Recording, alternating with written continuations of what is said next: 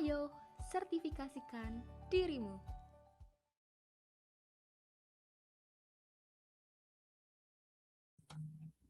Halo, Assalamualaikum warahmatullahi wabarakatuh.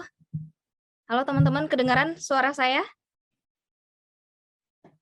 Kalau kedengaran boleh tulis di kolom komentar ya. Atau kasih jempolnya dong. Kalau misalnya suara saya sudah terdengar jelas. Oke, siap. Nah, ini udah lumayan banyak nih yang hadir hari ini, udah ada ratusan peserta. Sebelumnya mau tanya dulu dong, mau sapa dulu teman-teman yang hadir di sini, gimana kabarnya nih teman-teman semua? Semoga sehat selalu ya, walaupun kita mungkin dari beberapa teman-teman yang tinggal di Jakarta ataupun di Pulau Jawa, kita udah hampir 2 bulan ya menjalani PPKM, tapi semoga tidak menyurutkan motivasi kita semua buat kumpul dan diskusi bareng, di mana lagi kalau bukan di webinar sertifikasiku. Oh iya, sebelumnya sebelum masuk ke acara kita hari ini, diskusi seru kita, aku mau perkenalin diri dulu. Perkenalkan, aku Mudrika yang akan memandu teman-teman sebagai moderator di webinar hari ini, di diskusi kita hari ini. Boleh dong ini boleh tahu nggak nih teman-teman yang hadir di sini dari mana aja sih asalnya? Apa ada yang terdampak PPKM juga nih? Wah, ada yang dari Palangkaraya. Halo teman-teman Palangkaraya. Bogor, Bekasi hadir. Mantep, pada semangat-semangat nih ya untuk mengikuti diskusi seru kita hari ini. Kayaknya udah nggak sabar mau bahas apa sih di webinar hari ini? Di background masing-masing udah kebaca ya. Kita akan membahas tentang analisa teknikal for cryptocurrency. Ini kayaknya yang hadir hari ini teman-teman yang aktif sebagai investor, mungkin walaupun masih investor pemula atau baru mau nyobain untuk jadi investor, untuk terjun di industri pasar modal ini nih. Benar nggak teman-teman? Kasih tahu dong, ini tujuan teman-teman ikut di diskusi hari ini apa? Mau tahu tentang apa nih, tentang cryptocurrency? Karena sertifikasiku udah mengajak narasumber yang tepat nih untuk membahas tema kita hari ini. Belajar sambil nambah relasi. Nah, itu dia tuh, bener banget teman-teman. Jadi buat teman-teman yang udah hadir, ayo dong silahkan komen sebanyak-banyaknya di sini, kenalan, saling kenal satu sama lain. Jadi walaupun kita lagi PPKM, nggak boleh nongkrong-nongkrong di luar, tapi kita bisa nongkrong-nongkrong nih di sini. Bertukar pikiran, saling diskusi, menjalin silaturahmi, dan juga siapa tahu dapat link. Silahkan saling kenal di sini di kolom chatnya. Ini ada yang bilang untuk menambah ilmu tentang cryptocurrency ini. Berarti tepat banget udah hadir di webinar hari ini karena kita sudah mendatangkan narasumber yang tepat. Oke, sebelumnya karena di sini udah hadir narasumber kita yang kita tunggu-tunggu untuk membagikan ilmunya nih, diskusi bareng tentang cryptocurrency. Teman-teman yang udah banyak pertanyaannya, nah apa sih cryptocurrency itu, gimana sih caranya? Gimana sih biar bisa cuan? Sobat investasi pasti pemikirannya cuan, gimana biar bisa selalu cuan. Nah, ini udah ada hadir hari ini. Beliau adalah seorang YouTuber juga. Mungkin teman-teman nih kalau misalnya yang emang sering searching tentang investasi, tentang cryptocurrency, pasti nemu akun YouTube-nya beliau. Ini ada Kak Andre Rizky. Halo Kak Andre Rizky. Halo, masih di mute, Halo, Kak. selamat Sore, Kak. selamat sore semuanya. Sore. Gimana kabarnya nih Kak? Udah siap belum untuk membagikan ilmunya tentang investasi, tentang cryptocurrency bersama ratusan, ini ada 140 lebih nih yang hadir di webinar hari ini. Oke, ini udah siap banget kayaknya ya. Dari tadi di chat box-nya nggak selesai nih untuk ngetiknya. Boleh, siap. Kayaknya udah nggak sabar mereka nih ya. Iya. Gimana Kak? Kabarnya sehat Kak? Alhamdulillah, baik-baik aja. Semoga teman-teman juga sehat semua yang ada di Zoom ini ya. Iya, semoga saja kita selalu diberikan kesehatan, dijauhkan dari segala macam penyakit lah. untuk bisa menjalani kehidupan ini lebih baik lagi. Oke, biar nggak lama-lama lagi nih, kita langsung, soalnya tadi telat 5 menit ya, jadi aku langsung aja mulai webinar hari ini, diskusi seru kita hari ini. Aku mau sampein dulu, kalau misalnya flow kita diskusi hari ini, kebetulan Kak Andre udah menyiapkan materi yang isinya pasti daging semua nih buat teman-teman yang ingin belajar tentang cryptocurrency. Nah, nanti Kak Andre akan memaparkan materi-materinya, teman-teman silahkan catat. Kalau misalnya butuh ilmunya ini untuk dicatat, silahkan siapkan pulpen dan catatannya. Nanti setelah sesi presentasi, penyampaian materi dari Kak Andre, akan dibuka sesi tanya-jawab. Jadi teman-teman juga berkesempatan untuk menanyakan hal-hal yang mungkin belum disampaikan di materinya atau memang udah penasaran banget nih dari kemarin nggak nemu-nemu jawabannya gitu. Nanti bisa langsung didiskusikan bersama Kak Andre di sesi selanjutnya. Oke, udah siap ya? Siap semua? Mana jempolnya dong? Oke. Baik, langsung aja nih Kak Andre, silahkan. Aku serahkan langsung ke Kak Andre untuk memaparkan materinya ya. Nanti admin dari sini akan men-share materinya. Baik.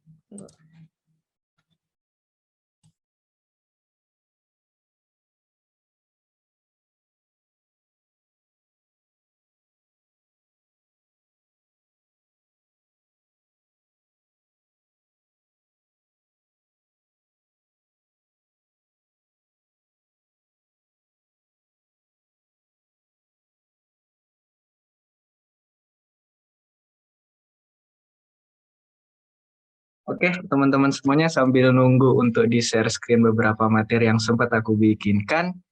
Dan, oke, sudah di-share screen. Baik, suara aku terdengar jelas kan? Kalau emang Kedengeran, Kak. Oke, mantap. Oke, pertama aku ucapin terima kasih dulu kepada tim sertifikasiku udah bikin ngobrol bareng sore santai seperti ini. Dan selamat datang juga buat teman-teman yang emang tadi aku baca ada yang dari Singapura juga ya. Wah, luar biasa banget. Hari ini kita bakal bahas banyak seputar investasi, tapi kita akan ambil sudut pandang lain teman-teman, yaitu start from the basic, yaitu dari nol nih. Benar-benar dari yang mau mulai atau baru tahu investasi, itu kayak apa aja sih yang harus dipertimbangkan. Dan di sini aku nggak lama-lama kok, cuma sekitar 15 menit aja biar kita ngobrol banyak nanti di Q&A session aja. Jadi kira-kira apa sih yang harus dimatangkan sebelum kita terjun di investasi? Sebelumnya aku sedikit sharing juga, aku sebelumnya juga punya grup bernama Investor Pemula, jadi khusus pemula, dan di situ kita kebetulan di Telegram, dan di situ aku direct mentoring langsung, dan time goes flies, hampir 80% dari orang yang tertarik investasi itu hampir karena spekulasi, bukan karena kalkulasi, teman-teman. Jadi di sini aku mau tekankan untuk selalu count it, not calculate it. Kita boleh next dulu. Itu slide-nya.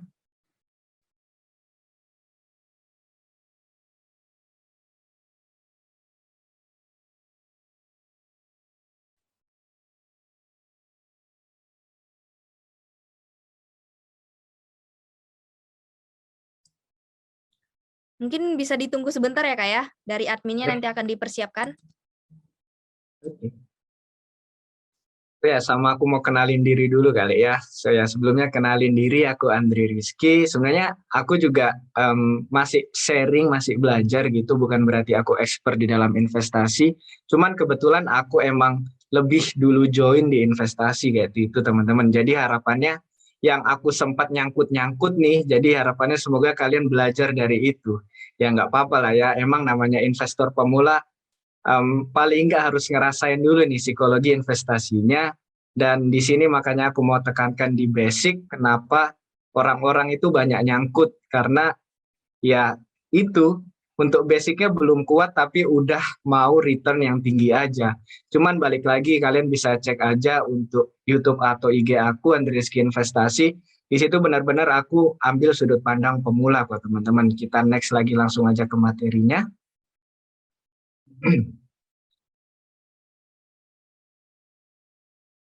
Sebenarnya di sini aku akan bahas lebih ke skala prioritas sebelum investasi, atau biasa disebut piramida finansial. Nanti akan ada materinya di next slide. Kita tunggu sebentar. Dan di situ kita akan tahu nih teman-teman, nanti juga akan ada mungkin kan kebingungan di awal itu mengenai profil resiko. Jika kalian pernah dengar atau pernah mention seputar hal itu, nanti aku akan kasih free test untuk profil resiko. Jadi teman-teman semuanya yang ada di sini langsung tahu nih kira-kira profil resiko diri sendiri ini apa. Dan nanti cocoknya join ke produk apa. Sebenarnya sesimpel itu aja untuk sesi hari ini. Dan dari basic itulah kita bisa berangkat teman-teman. Kalian itu maunya kemana, tujuan investnya kemana, dan cocoknya kemana, itu aja dulu sih. Nah, kita next lagi, ini udah aku bahas tadi, jadi akan ada part-part yang akan aku bahas teman-teman di sesi hari ini, nggak usah banyak-banyak. Next.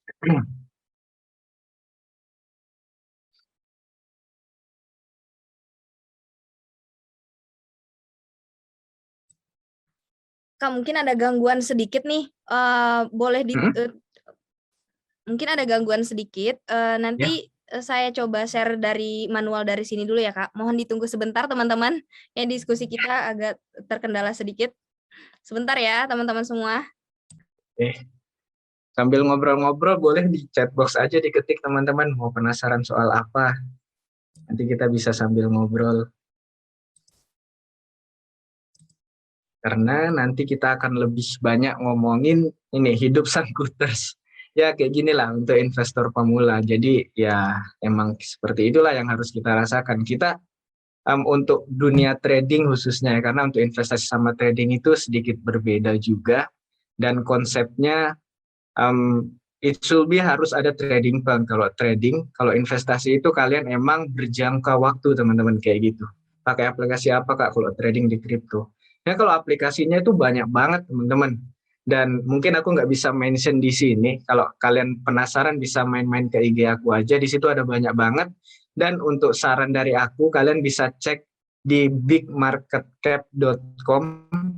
Itu kalian bisa cek di situ udah ada tersedia semuanya, mulai dari aplikasi, mulai dari sertifikasi, ataupun hal-hal yang berkaitan dengan tujuan dari koin-koin itu sendiri, teman-teman. Kalian bisa cek di situ, itu sudah terlaksana dan tersedia semuanya. Oke, kita next, sudah bisa?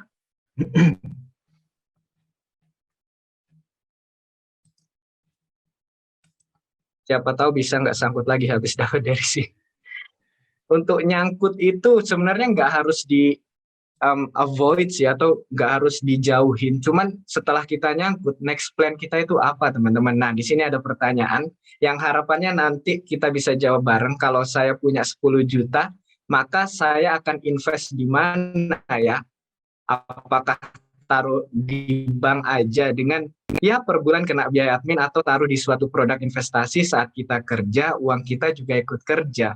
Nah, tapi pertanyaan selanjutnya yang udah aku mention di awal, produk apa yang cocok buat kita nih, untuk diri kita sendiri dengan umur kita dan pendapatan kita yang let's say A, B, C, seperti itu, karena berbeda-beda dari return kita sendiri, teman-teman. Kita next, nanti akan kita jawab di akhir ini.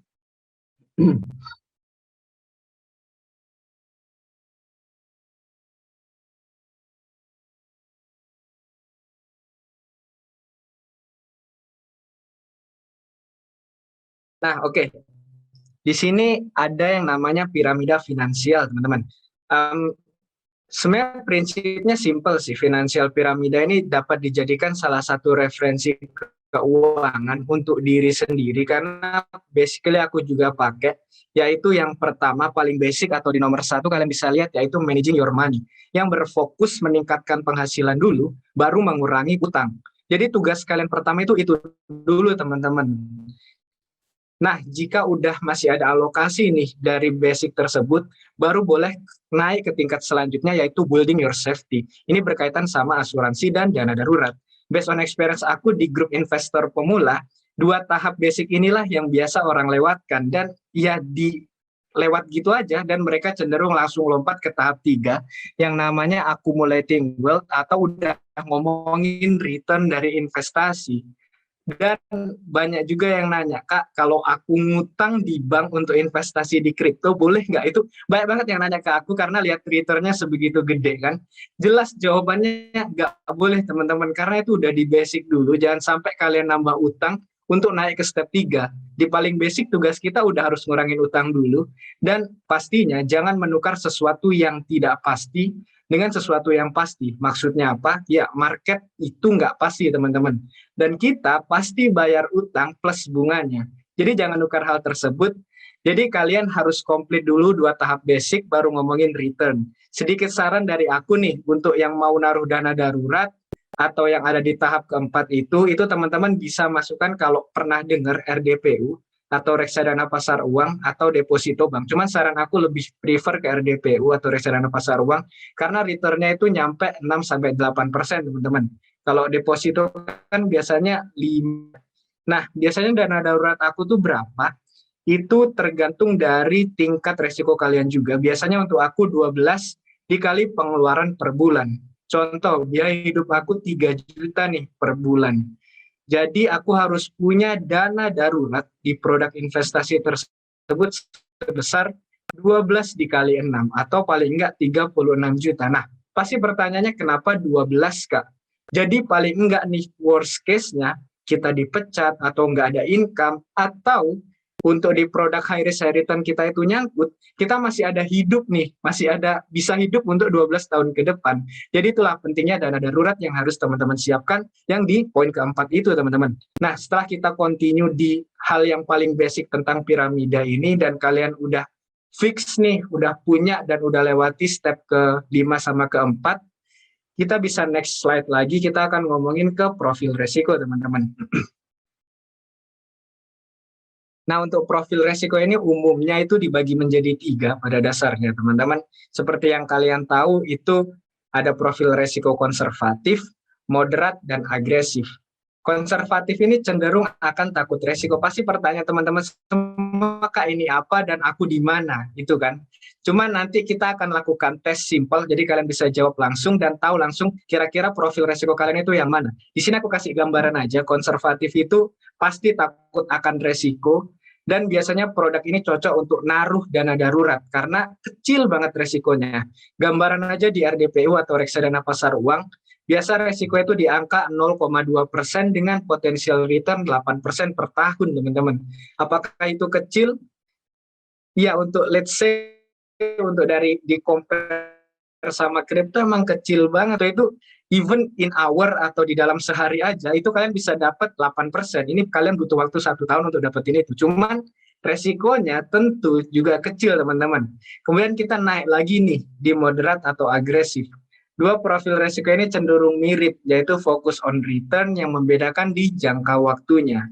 Untuk agresif cenderung invest di atas 5 tahun, sedangkan moderat di 3 tahunan. Cuman kita ini ngomongin masih investasi ya, belum ngomongin seputar untuk di trading. Untuk agresif juga cocok untuk orang-orang yang suka short term investment atau disebut saham ataupun reksadana saham. Nah, kira-kira kita ada di profil resiko mana? Aku harapannya teman-teman di sini buat yang masih awam seputar profil resiko dan masih bingung ada di profil resiko mana, coba kita next slide dulu. Di sini akan kita jawab, teman-teman, dengan tes simple yang akan aku coba breakdown dari slide ini.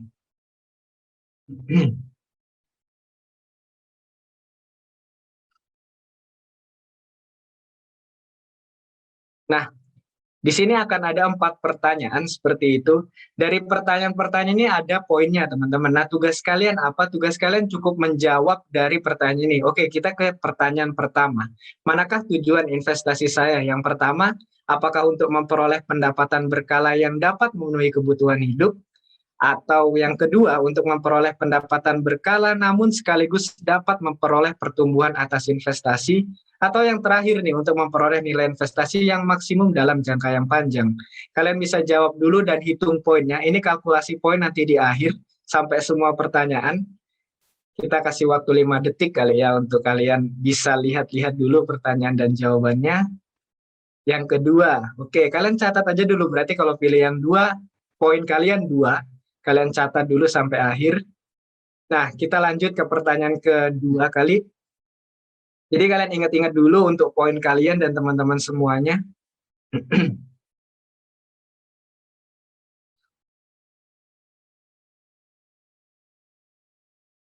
Jangan lupa dicatat tadi poinnya. Nah, kita lanjut ke pertanyaan kedua. Kira-kira teman-teman di sini atau saya ingin berinvestasi berapa lama?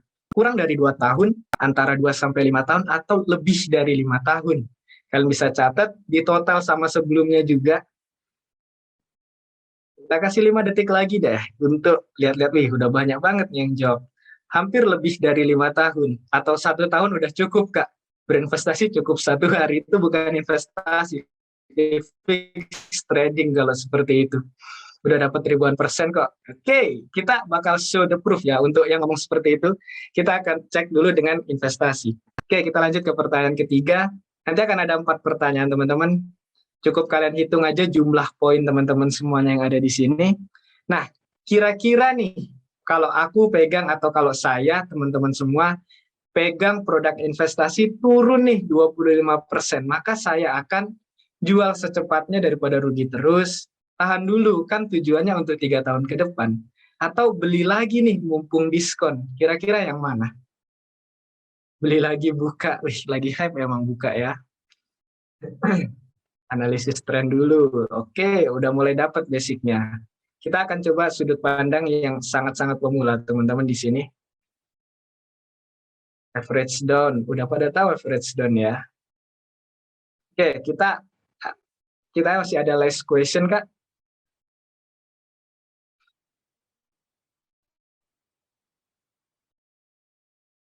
Nah, ini adalah sedikit gambaran atau terkait portfolio investasi, teman-teman. Kalau kalian udah join investasi, kira-kira kalian lebih prefer yang mana?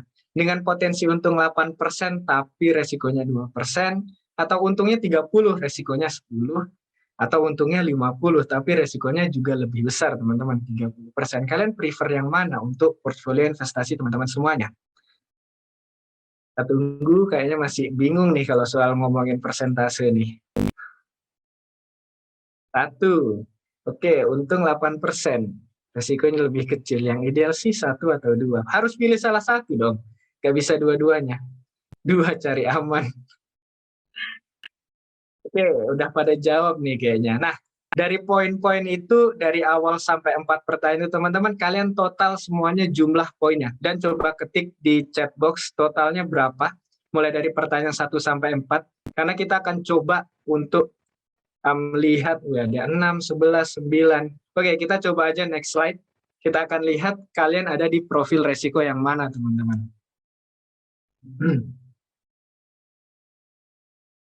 Oke, dicatat dulu ya. Nanti kita akan kelihatan di sini. Ya, macam-macam nih.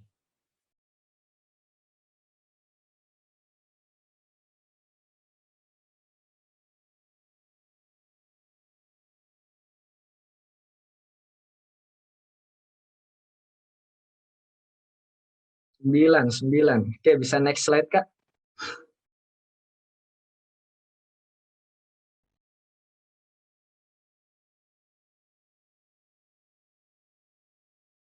Nanti akan kelihatan, teman-teman, dari total poinnya. Ya. Kak Andre, kalau misalnya dari share screen-nya apa bisa, Kak? Soalnya di sini lagi ada gangguan. Mungkin dari Kak Andre sendiri, apa bisa share screen? Aku coba ya, Kak. Oke. Mohon ditunggu ya, teman-teman ya.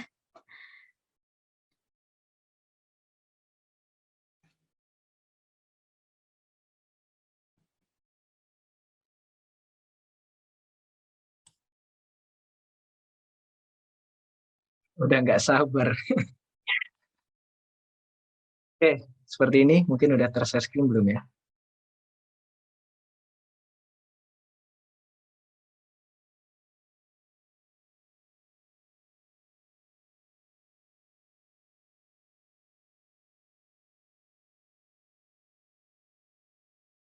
Ini udah ter-share screen, Kak? Udah muncul, share screen-nya sudah muncul, Kak. Nah, oke. Tadi kan kita udah sampai sini, teman-teman. Kalian udah ketik juga, cuman aku kayaknya nggak bisa lihat untuk chat box-nya ya untuk sekarang ini karena lagi posisi share screen.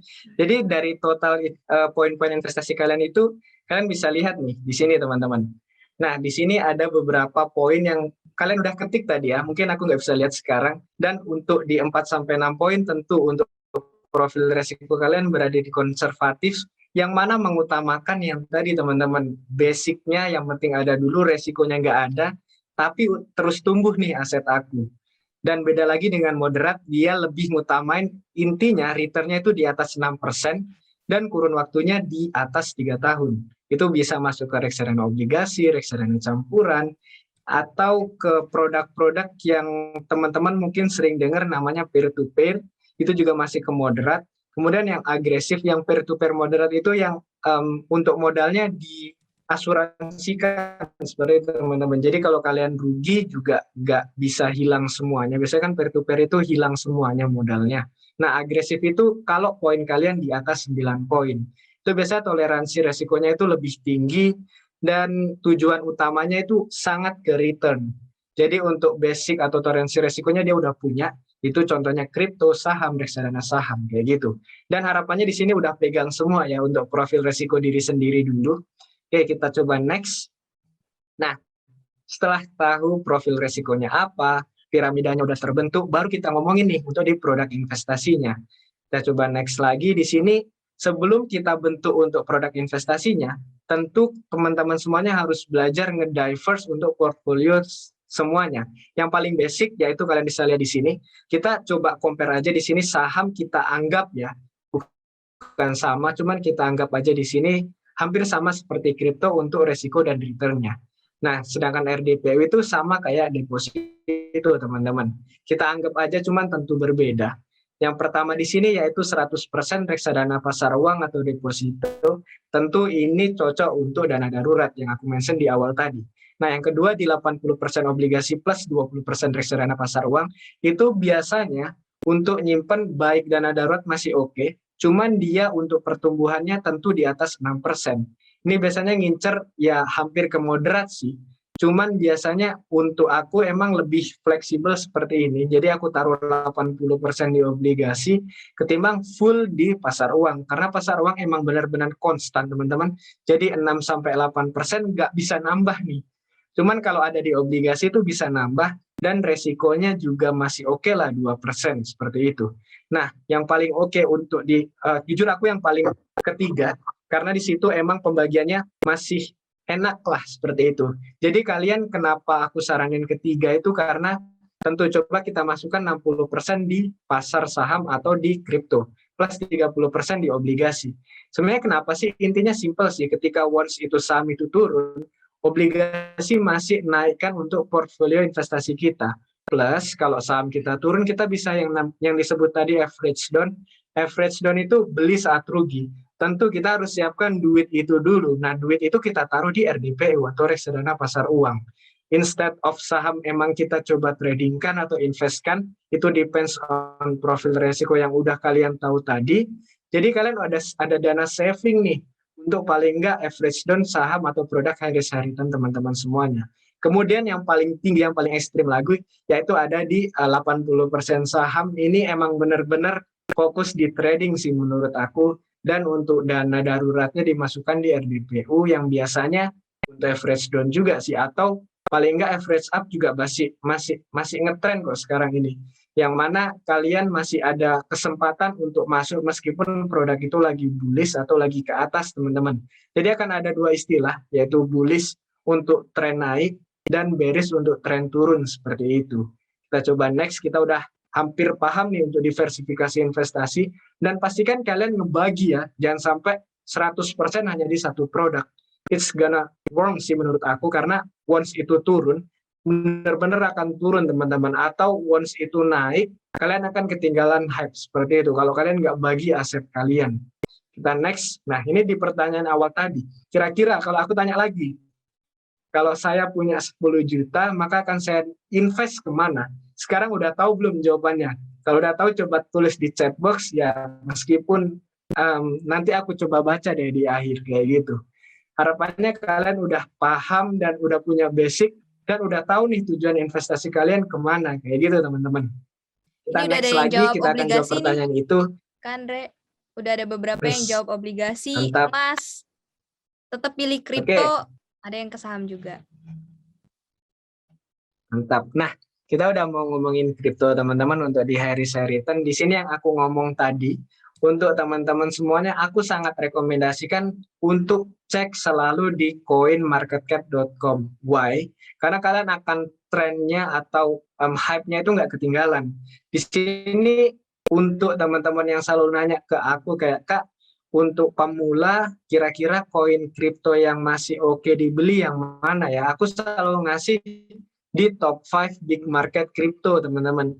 Kenapa? Karena meskipun kalian join dalam tanda kutip uang dingin kalian, aku selalu saranin pakai uang dingin. Gimana cara tahu itu uang dingin? Simple sih. Contoh kalian ada di rekening 10 juta. Masukin aja 10% dari 10 juta. Udah ambil 10%-nya aja lah uang dingin itu.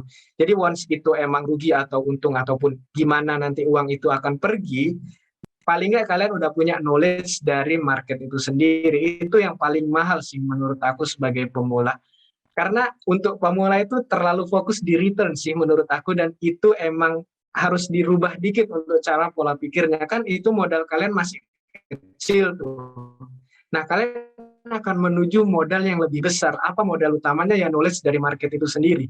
Once kalian udah punya itu, keraguan kalian untuk nambah modal itu udah percaya diri, teman-teman. Udah hilang ragunya. Ya meskipun nggak hilang itu sih. Cuman lebih percaya diri, makanya aku selalu coba mulai aja dulu pakai uang dingin 100.000 tuh bisa kok. Bahkan ada yang 10.000 sekarang ini investasi. Ya itu kalian untuk dapat apa sih? Knowledge investasi dulu. Jadi nggak usah dulu mikirin return, nggak usah dulu mikirin gimana cara untung atau ABC terkait dengan return, tapi coba dulu pahami kalau emang psikologi investasi kita lagi turun nih, kita nih sikapnya kayak mana? Apakah kita langsung buru-buru cut loss? Apa kita panik nih liatin aplikasinya terus, atau ya udahlah santai aja, kan itu toh tujuan kita seperti itu, teman-teman, karena tiap orang beda-beda dan nggak bisa dipaksain tentunya. Oke, tadi kan udah banyak yang ngomong terkait obligasi ataupun reksadana. Di sini aku sedikit bocoran sih, bukan bocoran sih bahasanya, apa ya, sedikit terkait produk Jarvis Balance Fund. Ini reksadana pasar uang, reksadana campuran dan juga reksadana obligasi. Ini hampir sama, teman-teman. Cuman dia gila banget untuk returnnya 1 tahun kemarin. Itu dia nyentuh di return 100%, 101,64% dalam waktu 1 tahun. Ini menurut aku untuk dari obligasi dengan benchmark dia biasanya returnnya sampai 10-20%, itu maksimumnya. Dia bisa 100% dalam 1 tahun. Dan di sini akan ada beberapa angka yang aku coba breakdown. Yang pertama yaitu CAGR dari 1 tahunnya, itu lebih ke return. Jadi CAGR 1 tahun ini ke benchmark untuk di produk-produk yang lainnya, dan dia bisa mengalami kenaikan 101%. Kemudian ada lagi bahasanya drawdown 1 tahun. Drawdown itu apa? Drawdown adalah penurunan maksimum di produk ini. Jadi kalian akan dapat mengharapkan nih, kalian mau join nih, contoh join sekarang. Kalian harapannya tentu returnnya 100%. Nah, kalian paling nggak udah siap nih dengan resikonya dia 10,48%. Jadi kalau kalian join 1 juta, harapan kalian bisa jadi 2 juta, cuman kalian harus sudah siap nih, uang kalian rugi 100.000, karena 10% dari 1 juta 100.000. Nah, kemudian balik lagi ke expense ratio di sebelah kanan. Expense ratio ini lebih kecil, lebih bagus, karena dia menggambarkan kepiawaian si MI. MI itu apa? Manajer investasi. Kalau kalian di reksadana itu enaknya apa? Enaknya kalian nggak perlu nge-diverse aset kalian, tapi udah di-diverse asetnya oleh si MI ini, manajer investasi. Jadi contohnya kalian masukin 1 juta. Nah, si MI ini akan secara otomatis nge-diverse aset kalian, dan kalian cukup lihat dari timeline seperti 1 tahun, 3 bulan, 1 bulan, ataupun di hariannya, teman-teman. Kalian cukup tahu itu naik atau turun. Dan itu semua ada angkanya, bisa kalian calculate, not speculated yang aku ngomong di awal tadi. Oke, kita coba next, udah ada di akhir. Di sini kita udah ada di akhir sesi, teman-teman. Ini simple saran dari aku, investasi itu kayak hidup. Kalau kamu belum bisa handle masalah dengan resiko minus 30%, maka kamu belum mampu untuk dapetin bonus atau return plus 30%. Di market, just be fair, kalian siapkan diri kalian, siapkan knowledge. Kalau emang belum bisa untuk nanggung resiko 30, jangan harap keuntungan di 30%. Mungkin sekian dari aku, terima kasih teman-teman. Nah, itu dia tadi pemaparan materi. Mungkin walaupun isinya sedikit, tapi walaupun pemaparannya sedikit, tapi isinya daging semua nih teman-teman. Mungkin atau kalau misalnya bagi teman-teman yang masih pemula banget, hari ini baru join karena kemarin baru tahu tentang cryptocurrency. Ya, kebetulan dapat ilham hari ini mau join webinar, mau belajar gitu. Dan belum paham sama sekali. Ya udah, kita buka sesi Q&A aja nih langsung. Question, silahkan langsung tanyakan di kolom chatnya. Sebenarnya udah ada beberapa pertanyaan nih Kak tadi dari teman-teman yang hadir hari ini. Udah ada di kolom chat kalau Kakak bisa lihat.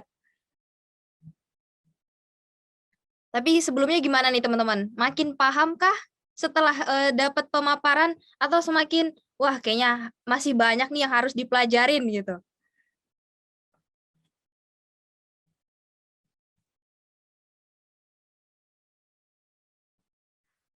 Oke, ini karena kita udah masuk ke sesi Q&A, aku tampung dulu nih pertanyaan dari teman-teman. Kalau misalnya buat teman-teman yang belum punya pertanyaan, ayo cari dulu deh. Jangan sampai kesempatan emas kali ini dilewatkan, mumpung masih ada nih mentor kita, pemateri kita yang siap memberikan ilmunya, pengalamannya, berbagi dengan teman-teman. Tadi kalau aku ambil kesimpulan ya kayak bagi apalagi untuk teman-teman yang terutama aku cuma masih pemula banget yang baru belajar tentang cryptocurrency, mungkin banyak juga di antara teman-teman yang di sini juga seperti itu. Berarti kalau misalnya kita mau mulai investasi ataupun mau mulai dari cryptocurrency itu sendiri, mentalnya dulu ya Kak yang disiapkan. Mentalnya dulu walaupun kita harus mengeluarkan duit terlebih dahulu untuk mendapatkan pengalaman itu sendiri, ya nggak apa-apa gitu ya Kak ya. Oke, ini udah ada belum nih teman-teman yang ingin bertanya? Oke, kita kayaknya langsung ke Q&A dari teman-teman dulu aja ya. Nanti kalau Q&A dari aku di akhir aja, karena sebenarnya ini kita mau kasih kesempatan buat teman-teman yang mendapatkan informasi yang mereka butuhkan. Oke, ini aku bacain satu-satu atau Kak Andre nih yang pilih pertanyaan dari teman-temannya? Boleh dipilihin aja. Oke. Banyak banget ya yang nanya ya. Iya, banyak banget nih. Dan kita waktunya cuma 1 jam lagi, Kak. Semoga bisa terjawab ya semua pertanyaan dari teman-teman. Nih aku jawab, aku ambil pertanyaannya random aja. Ini ada dari Kak Eni Mary. Halo Kak Eni Mary. Ini pertanyaannya aku bacain ya. Kalau tujuan untuk investasi jangka panjang, apakah kita perlu cut loss ketika market sedang bearish? Oke, kita langsung satu pertanyaan langsung jawab atau gimana nih Kak?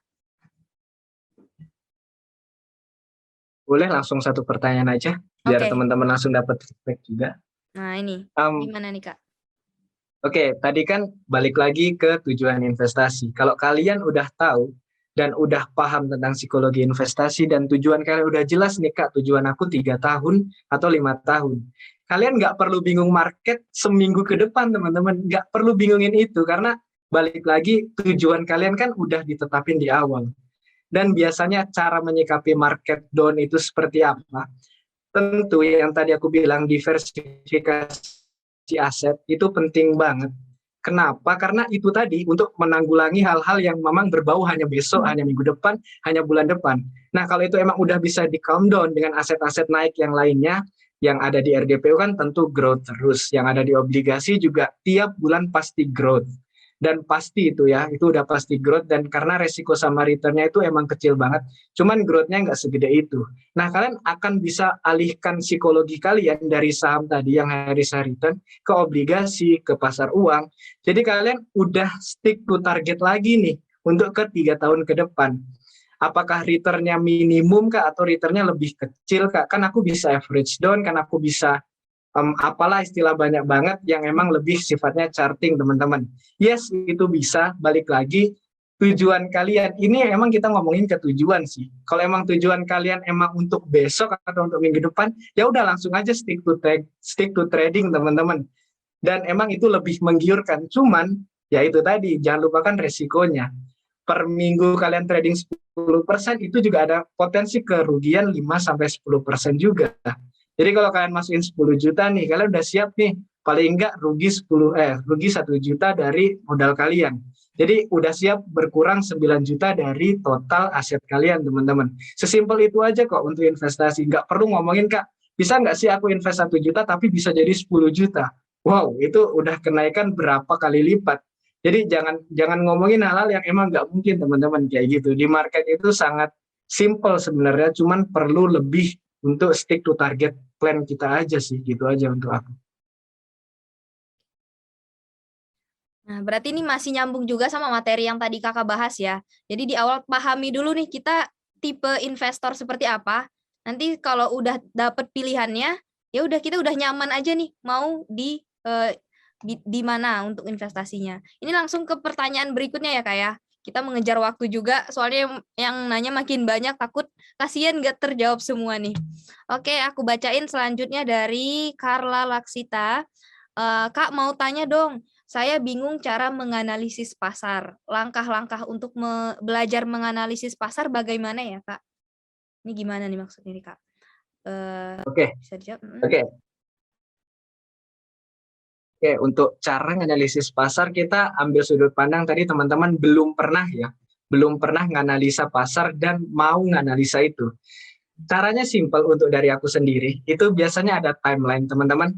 Kalian belajar dulu hal simple tentang tren. Tren itu yang tadi aku sempat mention dibagi dua, tren bullish yang naik sama tren bearish yang turun. Nah, biasanya itu akan dibagi dua lagi, yaitu ketahui tren dulu sama cari titik entry. Ini udah ngomongin sedikit teknikal, jadi kalau kalian nggak ngerti bisa langsung tulis aja di chat box. Nah, di situ ada timeline bernama timeline harian, 15 menit, 15 menit, bisa 30 menit, atau lebih ke daily, monthly, ataupun weekly, teman-teman. Nah, cara tahu trennya itu paling nggak kalian masukin di daily atau monthly, teman-teman. Itu lebih ke gambar tren produk itu tuh lagi ngapain, lagi naik atau lagi turun. Itu sebenarnya ada banyak banget. Kalau emang kalian coba lihat bullish pattern atau bearish pattern, itu kalian bisa coba lihat di googling aja. Itu emang harus perlu belajar intens sih. Jadi akan menggambarkan, contoh ini ada satu aja aku mention, yaitu bottom top atau double top. Seperti itu, kayak naik dua gini, itu akan nurusin ke bawah, teman-teman. Atau yang bentuk ke bawah gini itu akan nurusin ke atas. Itu ada namanya charting. Itu bisa dipelajari, emang harus intens sih untuk belajar seputar itu. Cuman simpelnya kalian harus tahu trennya dulu, baru kalian cari titik entry di 15 menit atau 30 menit untuk biar nggak pas masuk itu langsung rugi. Itu biasanya psikologinya main banget nih. Contoh aku langsung masuk di harga 300. Ternyata baru masuk 15 menit udah dibanting ke 200. Paling nggak itu kan 10%-nya. Dan gimana psikologi kita? Itulah pentingnya cari titik entry, ya paling nggak mainin di 15 menit itu sih. Kayak gitu teman-teman. Ini harapannya semoga kalian dapat ya. Nggak terlalu tinggi lah bahasanya. Ini sebenarnya dari teman-teman kita mungkin ada yang udah nyobain nih Kak untuk berinvestasi ataupun trading. Karena ini saya sudah join invest Kak, Coinmatic, Neo, dan ATT. Tuh berarti ada, dari teman-teman kita ini juga ada yang sudah berpengalaman. Nanti mungkin kapan-kapan bisa mungkin sharing juga di kolom chat. Aku lanjut ke pertanyaan berikutnya ya Kak ya. Ini masih berhubungan kayaknya tadi sama Kakak sebutin tentang psikologi. Jadi mungkin dari teman kita ini masih bingung gimana caranya ngatur psikologi, tahu psikologi kita itu gimana, bukan hanya sekedar spekulasi aja gitu. Oh berarti psikologi saya ini sebenarnya yang kayak gini, tapi bukan berdasarkan spekulasi sendiri gitu. Ada nggak Kak cara taunya gimana? Oke, simple sih untuk spekulasi itu. Kalian pasti pernah dengar dengan istilah FOMO atau fears of missing out. Takut ketinggalan tren, takut ketinggalan info. Itulah yang ngaruh banget ke psikologi kita. Contoh yang awal banget, masih hype banget terkait Bukalapak. Teman-teman kita di sini banyak yang gak kebagian untuk lot Bukalapak tentunya. Karena memang pemesanannya dibatasin kan. Nah, dengan hype setinggi itu, banyak banget untuk yang mana pengen beli, saking pengen belinya hanya karena info, wah Bukalapak demand-nya tinggi nih, wah Bukalapak lagi diburu nih. Teman-teman rela beli di harga paling enggak 2 kali dari IPO-nya. IPO-nya kemarin kan dia di 850, dan itu teman-teman rela hampir beli di 1.500 atau 1.400. Itu rela-rela beli segitu tingginya hanya karena hype yang segitu tingginya. Coba kalian buka refresh mind kalian, paling nggak kalau emang ada info, coba lihat market dulu teman-teman. Setiap ada info, lihat market dulu. Jadi setiap info itu emang bisa sih ngarahin market dengan volume yang tinggi. Cuman apakah info setinggi itu, se-hype itu bisa ngarahin market? Ya, market itu emang paling jahat. Emang kita nggak bisa nih ngarahin market, harus sesuai dengan kemauan kita. Itu emang ya manusiawi lah seperti itu. Dan itu emang kita sesali ya, kita nggak bisa ngarahin market. Coba kita bisa ngarahin market ya, mungkin udah kaya semua di sini. Cuman kan itu tadi, market itu bisa diatur dengan orang-orang yang mana volumenya setiap masuk itu selalu tinggi, dan kita harus siap akan hal itu teman-teman. Gimana caranya? Udah simple aja, FOMO coba dihilangkan dulu, fokus on our trading plan kalau emang mau trading, atau kalau mau invest ya investasi plannya gimana, fokus ke situ aja dulu, coba belajar. Gak usah panjang-panjang, gak usah 3 tahun, coba belajar 1 tahun dulu aja. Contoh, aku mau beli HP A. Nah, aku mau invest di produk ini. Paling enggak dalam hal, aku masukin 1 juta nih, paling enggak dalam 1 tahun itu balik 6%. Jadi udah jadi 1,6. Udah simple itu aja dulu belajar. Jadi 1,6 paling enggak dapat return 1 tahun. Gak usah ngomongin yang tinggi-tinggi dulu deh kalau masih awal. Takutnya kalian dibanting market. Kalian masuk 1 juta, tiba-tiba rugi 600.000 dibanting 6%, dan udah jadi 400.000 aja uang kalian. Itu lebih nyesek lagi ketimbang belajar yang tadi 1 tahun teman-teman. Jadi coba rasain aja dulu psikologinya dalam waktu 1 tahun. Nggak usah FOMO-FOMOan dulu deh. Selamatin diri kalian dari market dulu sebelum, ya orang yang udah untung-untung investasi itu udah banyak banget kok ngalamin kayak ginian. Kalau kalian ngelihat dari udah yang sekarang, mungkin dia udah ngelewatin tahap A, B, C, D, udah di E nih. Cuman kalian masih di A, tapi kalian udah ngelihat teman-teman yang udah di E ini, dan kalian, wih gila, returnnya tinggi banget ya. Kalian belum ngerasain yang di posisi A, B, C dari orang itu. Jadi nggak bisa teman-teman. Jadi kalian harus start from basic dulu yang aku omongin. Coba renungkan, bukan renungkan sih, kayak religi dong. Coba rasakan aja psikologinya gimana sih kalau kita kerasa marketnya dibanting 0,01% aja nih, apa kita udah panik banget? Atau yang hanya 10% itu, oh ya udah biasa aja, average down lagi 10% atau naikkan lagi kalau emang dia mengalami trend bullish. Itu beda-beda, kayak gitu sih teman-teman jawaban dari aku. Tuh, udah lengkap banget nih jawaban dari Kak Andre tentang psikologis untuk teman-teman yang mungkin baru awal banget mau mencoba atau terjun di industri pasar modal ini. Nah, ini sebenarnya udah 4:52. Sebentar lagi kita udah mau selesai, tapi karena tadi di awal telat, kita perpanjang sedikit untuk diskusi kita ini. Pada setuju nggak? Setuju nggak teman-teman kalau kita agak perpanjang dikit waktunya? Soalnya masih ada banyak pertanyaan dari teman-teman yang belum terjawab. Kalau teman-teman setuju, boleh dong acungin jempolnya. Jempol. Oke, langsung aja ya untuk pertanyaan berikutnya nih dari Sresta Purnamasari. Bagaimana feature dari kripto, Kak? Kalau kita lihat kemarin Elon Musk udah mundur dari BTC, tapi jenis kripto malah makin banyak. Gimana nih, Kak Andre jawabannya? Pendapat Kak Andre. Oke, to be honest aja teman-teman ya. Untuk dari aset aku semuanya, untuk ke kripto itu hanya 10%. Udah, itu aja jawabannya.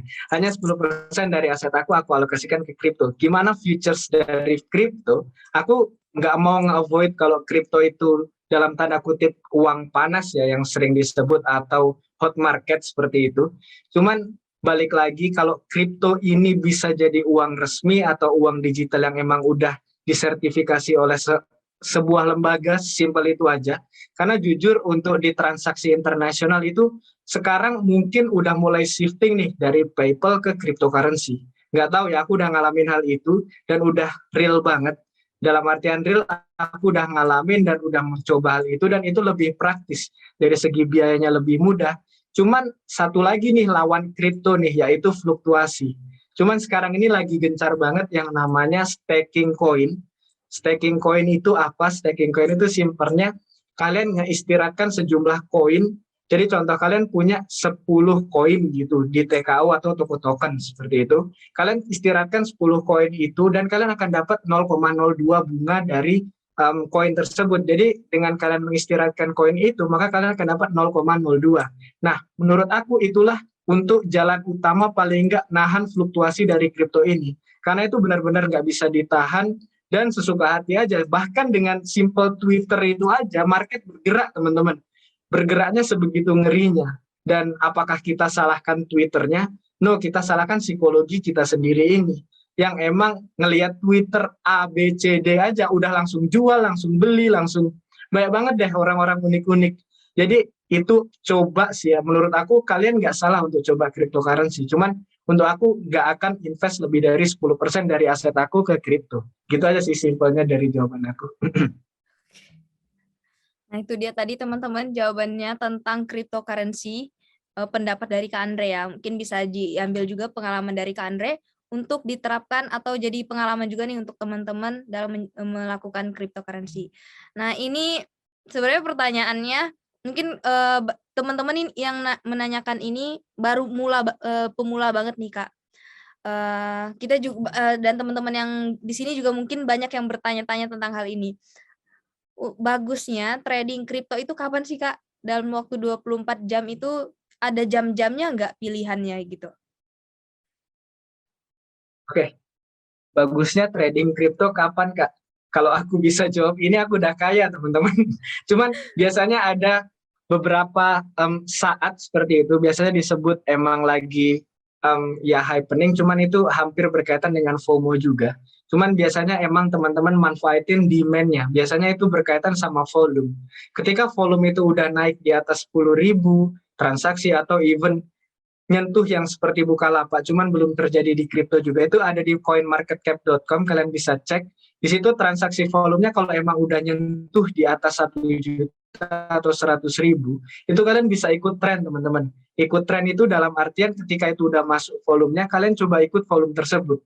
Once itu profit atau enggak, ya aku nggak bisa ngomong itu pasti profit sih. Cuman biasanya dengan timeline harian atau timeline paling enggak di weekly, di bulanan atau di mingguan, itu kalian akan merasakan yang namanya return kayak gitu. Itu biasanya ya, yang sempat aku praktekkan juga. Apakah nggak ada resikonya? Pasti ada resikonya. Kalau di kripto jangan harap kalian bisa berlindung dalam tanda kutip, Kak, aku udah invest nih Kak, untung nggak ya? Itu pertanyaan yang nggak mungkin banget di kripto. Yang harus kalian siapkan ruginya gimana dan target stop loss kalian berapa. Jadi contoh nih, simple aja, contoh aku masukkan di 100. Nah, sebelum kalian masuk, kalian udah punya target nih. Paling nggak aku take profit di 120 dan stop loss di 80. Jadi paling nggak kalian udah ada trading plan sebelum kalian masuk, teman-teman. Nah, jika kalian udah punya itu, maka psikologi kalian terkontrol. Psikologi terkontrol, trading plan juga masih jalan. Jadi contoh 100 itu turun ke 90. Kan belum di target cut loss kita. Dan itu tentu mengarahkan ke analisa charting sih. Makanya itu pentingnya untuk di hari return itu lebih ke charting dan lebih ke trading. Cuman coba aja belajar itu yaitu di trading plan.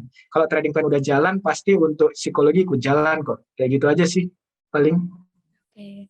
Nah, ini masih nyambung sama jawaban yang Kakak sampaikan tadi soal pembelajaran nih tentang charting ataupun trading plan. Boleh dong Kak bagi rekomendasi bukunya untuk mulai belajar teknikal kripto ataupun untuk investasi-investasi lainnya. Ada nggak Kak tahapan-tahapan belajarnya itu apa aja sih bukunya gitu? Atau mungkin rekomendasi tontonan? Oke.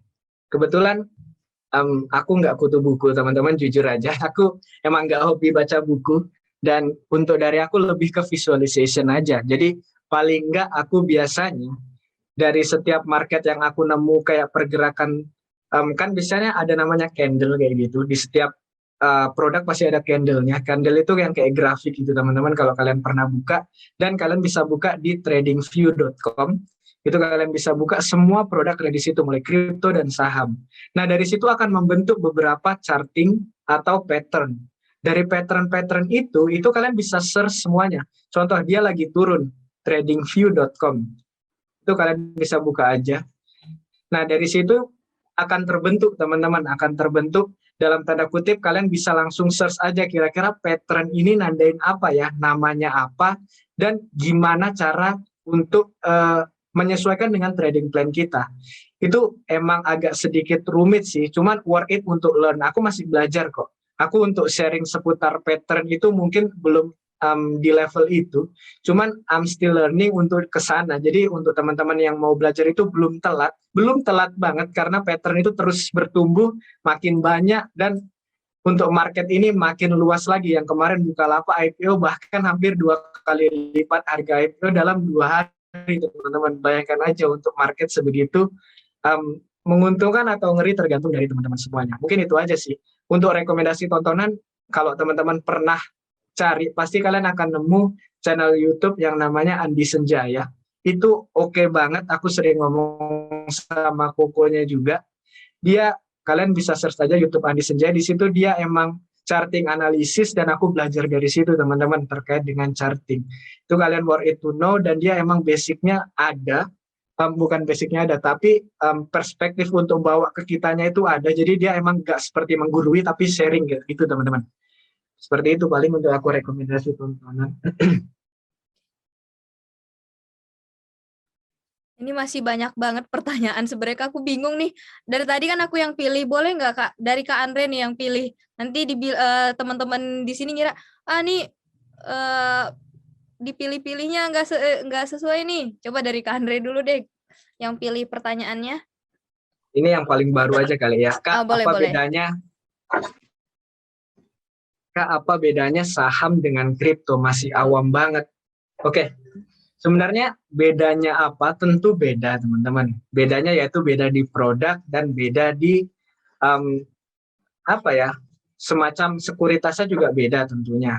Biasanya di saham itu ya kalian bisa search aja, banyak banget sekuritas investasi saham dan sekuritas investasi kripto.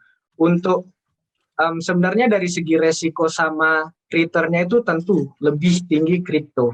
Karena di saham itu returnnya juga dibatasi, ARB-nya sama arahnya juga dibatasi teman-teman. Cuman sekarang ini kayaknya lagi ada news kalau ARB saham, ARB itu yang ke bawah, yang kerugian. Kalau sekarang kan maksimum kerugian itu 7% dan maksimum keuntungan di 25%. Cuman kripto itu bebas banget, nggak ada ARB, nggak ada arah, langsung aja mau naik suka hati, turun suka hati.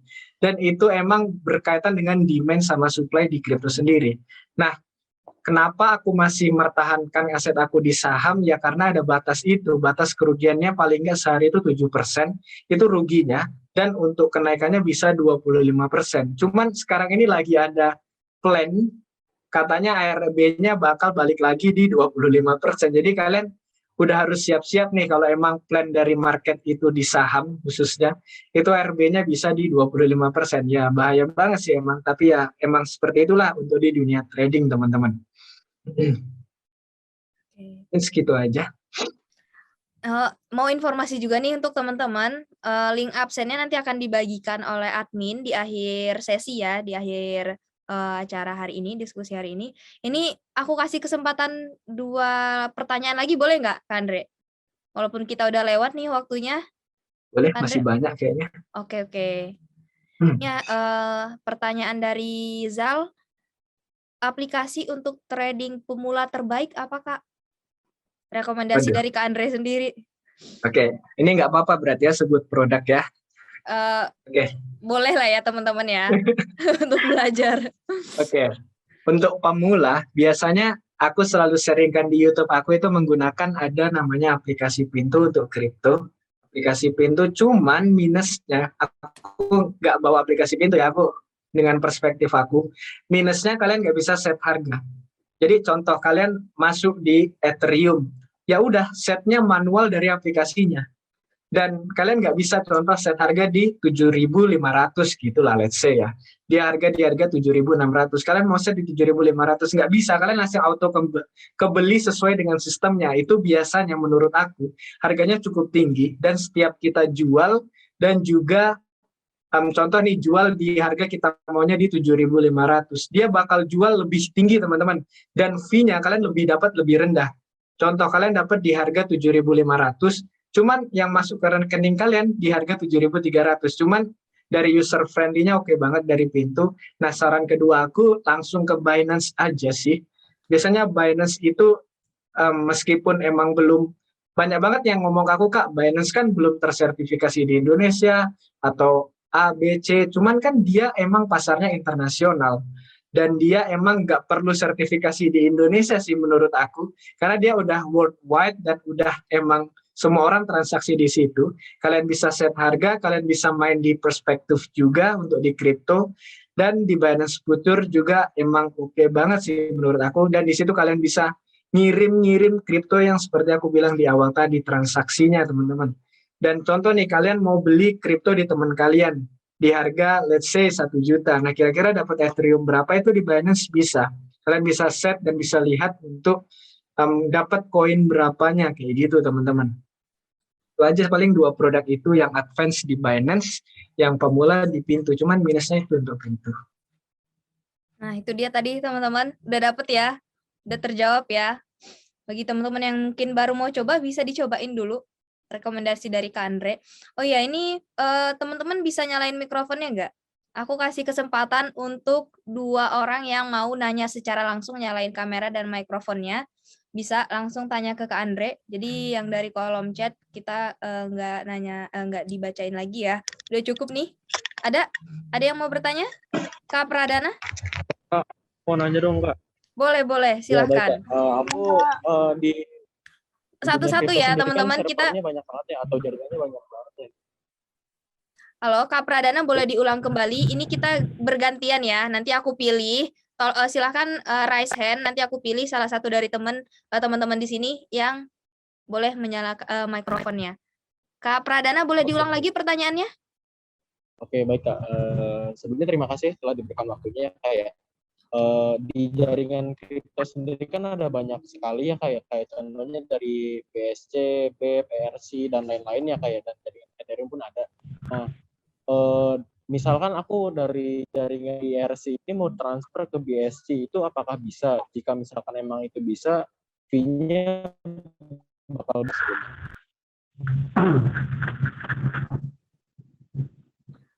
Kak Andre, sudah terdengar jelas belum, Kak, pertanyaan dari Kak Pradana? Udah. Oke. Dapat tuh poinnya, Kak. Oke. Bisa langsung dijawab, Kak?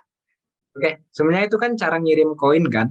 Nah, cara ngirim koin tentu nggak bisa, mohon maaf banget kalau emang yang belum tahu. Jadi, cara ngirim koin itu ada banyak, ada lewat ERC20, TRC20, dan banyak banget pilihannya. Apakah itu bisa beda gitu kan intinya? Tentu nggak bisa, teman-teman. Kalau kalian ngirim contoh dari ERC nih, yang untuk receive-nya, tapi send-nya dari TRC20, itu nggak akan masuk, dan itu bisa hilang saldo seperti itu.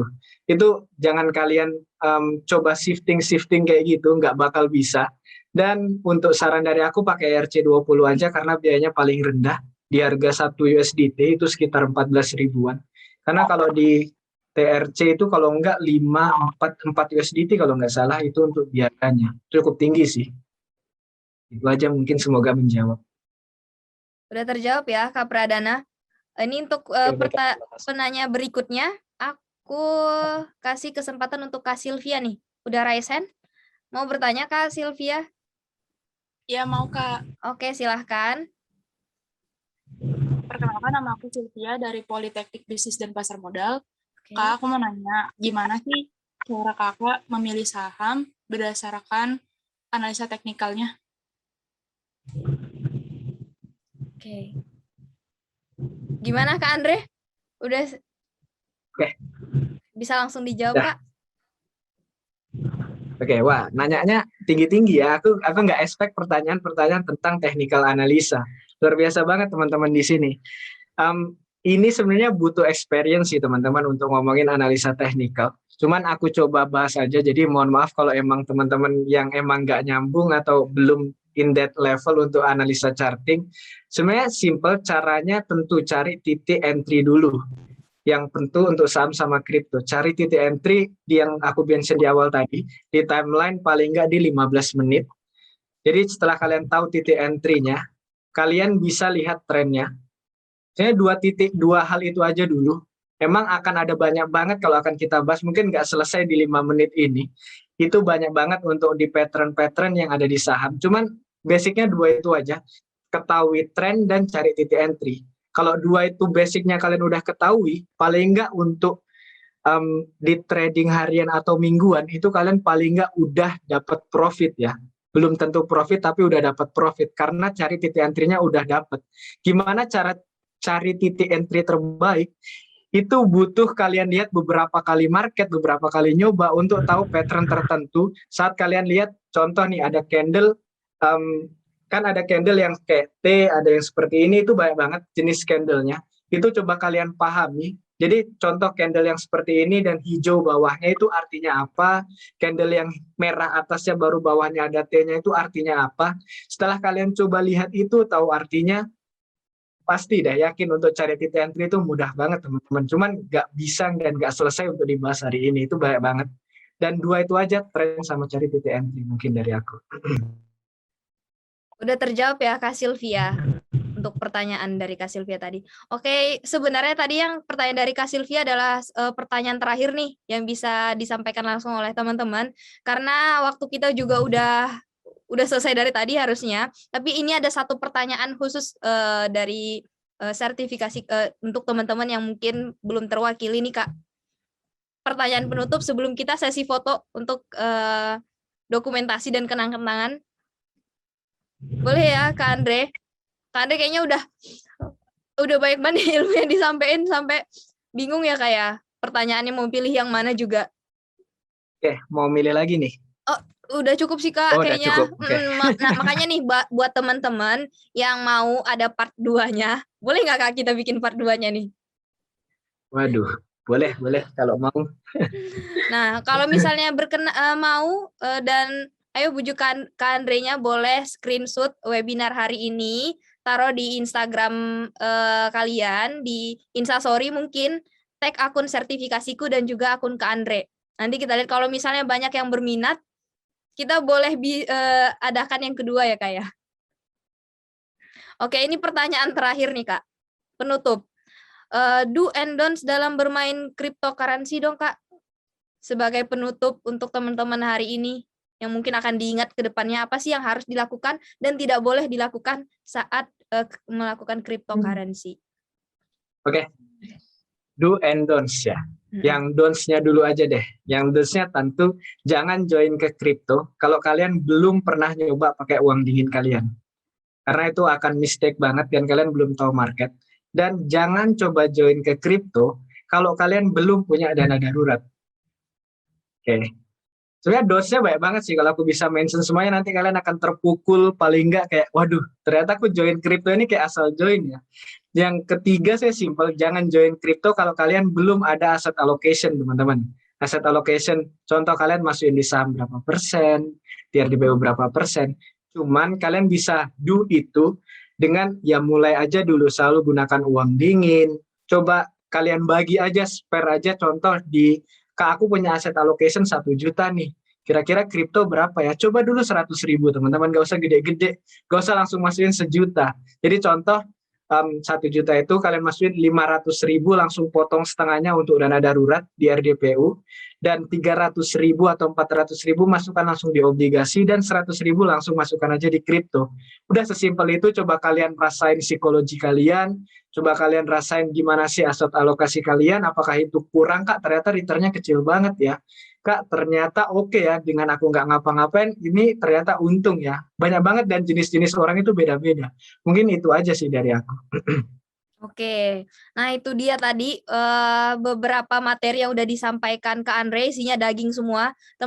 Mungkin dari beberapa teman-teman ada yang udah pengalamannya udah banyak di bidang investasi, ada juga yang baru mau mulai, bahkan belum tahu apa-apa gitu. Jadi mungkin bingung nih dari pertanyaan-pertanyaan tadi sebenarnya nggak berurutan ya Kak ya, dan random banget, ada yang pertanyaan untuk yang bisa dimengerti teman-teman yang udah paham, ada juga yang mungkin teman-teman yang lain nggak paham nih pertanyaannya apa yang harus dilakukan gitu. Nah ini teman-teman aku rekomendasiin YouTube-nya Kak Andre. Boleh disampaikan nih Kak, kan Kakak juga di YouTube-nya ada beberapa kali membahas tentang cryptocurrency nih. Mungkin bisa disampaikan ke teman-teman yang belum kenal nih channel YouTube-nya Kak Andre buat belajar lebih dalam lagi. Atau mungkin kalau mau diskusi, nah ini udah ada Instagram-nya, boleh DM Kak Andre nih. Bujuk-bujukin dong Kak Andre, ayo Kak Andre bikin part 2 lagi bersama sertifikasiku gitu. Oh ya teman-teman. Oke, nah untuk absen admin boleh bantu dong teman-teman kita nih udah mau ngisi absennya, boleh langsung di-share ya, Kakak admin. Oke, itu dia udah ada link absennya. Dari Kak Andre sendiri ada lagi nggak Kak yang ingin disampaikan nih untuk teman-teman kita hari ini untuk penutupan diskusi hari ini? Oke, mungkin kalimat terakhir aku ucapin aja makasih buat teman-teman yang udah luangin waktu nih dengerin, ya semoga daging aja lah buat the future.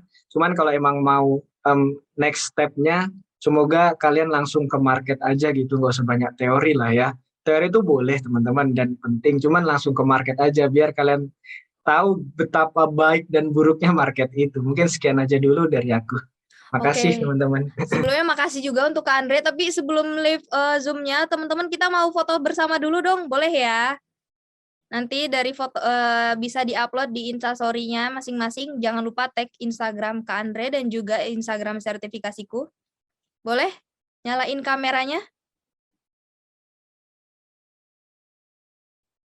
Untuk informasi juga nih, nanti di akhir sesi akan ada informasi terkait promo-promo yang sedang berlangsung di sertifikasiku. Jadi buat teman-teman yang pengen belajar lebih dalam lagi tadi yang udah disampaikan ke Andre terkait tren, cara baca tren, dan lain-lainnya, terutama trading, yang ingin belajar analis teknikal lebih dalam lagi, nanti akan aku sampaikan di akhir sesi. Jadi buat teman-teman yang kepo banget tentang hal ini, tetap stay di webinar kita ya. Udah, Kak Admin boleh bantu untuk fotoin kita dulu nih? Udah siap teman-teman? Request ya, untuk gayanya kita gaya kompeten dulu nih. Seperti ini. Boleh? Hitungan 1, 2, 3, senyum, pasang senyum yang manis ya. 1, 2, 3. Oke, untuk gaya selanjutnya mungkin boleh gaya bebas. Cuan, sobat-sobat cuan yang butuh harus dapat cuan segera nih. Semoga segera kita dapatkan cuan dari hasil ilmu yang didapatkan hari ini. Udah? Oke, udah selesai webinar kita hari ini, diskusi serunya, udah banyak juga ilmu yang didapatkan. Walaupun nggak kayaknya kurang ya kalau waktunya 1 jam, tapi terima kasih banyak untuk Kak Andre yang udah meluangkan waktunya, udah berbagi ilmu dan pengalamannya nih untuk teman-teman yang hadir hari ini. Semoga ilmunya bermanfaat dan pengalaman-pengalaman yang tadi disampaikan juga bisa diterapkan nih, mungkin bisa digunakan juga oleh teman-teman yang hadir hari ini. Aku ucapkan juga terima kasih untuk teman-teman yang udah hadir meluangkan waktunya. Semoga kita bisa ketemu lagi di webinar selanjutnya, tentunya dengan judul-judul dan tema-tema pembahasan yang pas banget untuk teman-teman dapatkan. Oke Kak Andre, terima kasih banyak atas waktunya ya Kak ya. Sampai ketemu mungkin di lain waktu Kak. Sukses terus Kak Andre. Oke, untuk teman-teman nih yang penasaran tentang sertifikasiku dan tadi yang aku sebutin spoiler-spoiler tentang promo-promo yang akan disampaikan oleh sertifikasiku, boleh share screen dulu Kak Admin. Kak Andre, jika ingin mungkin ada kegiatan yang lain, jika ingin live Zoom bisa ya Kak ya. Terima kasih banyak untuk waktunya Kak Andre. Jangan lupa langsung aja tonton YouTube Kak Andre dan tag akun Instagramnya ya. Jangan lupa di follow buat belajar lebih banyak lagi. Sampai jumpa Kak Andre.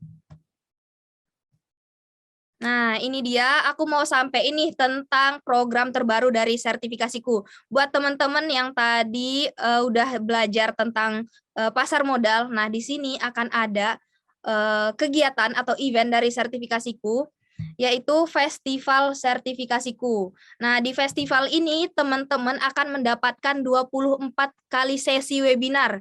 Jadi kalau hari ini cuma 1 kali sesi dan 1 jam, tapi di festival sertifikasiku ini teman-teman bakal dapetin 24 sesi webinar kelas materi yang langsung diajarkan, dimentori oleh narasumber-narasumber yang ada di layar teman-teman nih.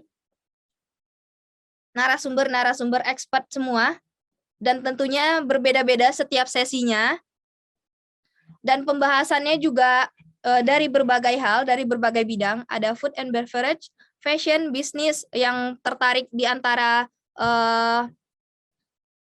bidang-bidang ini bisa banget join di festival sertifikasiku ini. Nah, kalau mau tahu caranya gimana ikutan festival sertifikasiku biar bisa ketemu dan diskusi langsung dengan pakar-pakarnya yang udah ada di layar teman-teman ini cuman 5 dari 24 yang ditampilkan di sini ya. Nanti bakal ada narasumber-narasumber lainnya. Nah, apa aja sih yang akan didapatkan dari festival sertifikasiku ini? Tentunya dari 24 kelas ini akan dapat juga 24 sertifikat, 24 materi juga, 24 sesi kelas, 24 pembicara expert. Nah, gimana? Masih nggak tertarik nih? Caranya cuma dengan satu tiket aja. Dengan satu tiket teman-teman bisa mendapatkan semua ini, 24 hal ini. Oke, lanjut admin. Nah, itu tadi terkait festival sertifikasiku. Eventnya nanti bagi teman-teman yang penasaran bisa langsung aja ke Instagram sertifikasiku atau ke website sertifikasiku. Selain itu aku juga mau nyampe ini mungkin dari teman-teman tadi yang ingin belajar tentang analis teknikal, mendalami lebih dalam lagi tentang ilmu analis pasar modal, analis efek. Ini teman-teman sertifikasiku menyediakan namanya sertifikasiku BTS atau bayar tanpa sulit. Ini fungsinya apa sih? Nah, ini untuk membantu teman-teman yang ingin mendapatkan kelas pelatihan tentang pasar modal ini ataupun beberapa produk sertifikasiku lainnya, tapi masih terkendala di keuangan. Mungkin dari teman-teman ada yang masih kuliah atau masih sekolah dan belum punya penghasilan sendiri. Nah, ini akan membantu sekali dari aplikasi sertifikasiku BTS ini. Nah, di sini teman-teman bisa mencicil pembayaran untuk mengikuti kelasnya dan bagusnya lagi ini tanpa bunga ya teman-teman, tanpa bunga dan jaminan. Jadi walaupun teman-teman bayarnya nyicil, nggak akan ada penambahan harga dari awal yang telah ditentukan. Teman-teman hanya perlu membayarkan sisa dari cicilan-cicilan yang teman-teman bayarkan. Gimana? Apakah tertarik untuk mengikuti kelas pelatihannya? Di sana nanti teman-teman bisa belajar lebih banyak lagi, lebih dalam lagi langsung dengan pakarnya yang akan membahas lebih dalam tentang baik analis fundamental maupun analis teknikal yang biasa digunakan di industri pasar modal, terutama untuk investasi. Kakak admin, ada lagi Kakak admin? Nah, itu dia. Cukup sekian untuk diskusi kita hari ini. Terima kasih banyak ya teman-teman yang udah hadir. Jangan lupa tag Instagram sertifikasiku untuk informasi-informasi untuk acara hari ini. Silakan upload kegiatan kita. Dan juga jangan lupa juga tag Instagram Kak Andre tadi ya. Oke, sampai ketemu di webinar selanjutnya. Saya Mudrika Kumala akan mengakhiri webinar hari ini. Terima kasih banyak. Semoga teman-teman sehat selalu agar kita bisa ketemu lagi di webinar-webinar selanjutnya. Saya tutup. Assalamualaikum warahmatullahi wabarakatuh. Selamat sore. Bye semuanya. Absennya udah di ini ya, udah tadi di link di atas, bisa di-scroll atau kakak admin boleh bantu, Kak? Nah, itu dia link absennya. Tolong mohon diisi untuk mendapatkan sertifikat. Nanti akan dikirimkan by email. Jadi bagi teman-teman yang sudah hadir tapi tidak mengisi link absennya, kemungkinan tidak akan mendapatkan sertifikatnya nih, Kak. Soalnya kan bingung nih mau ngirim kemana nanti. Jadi jangan lupa diisi ya.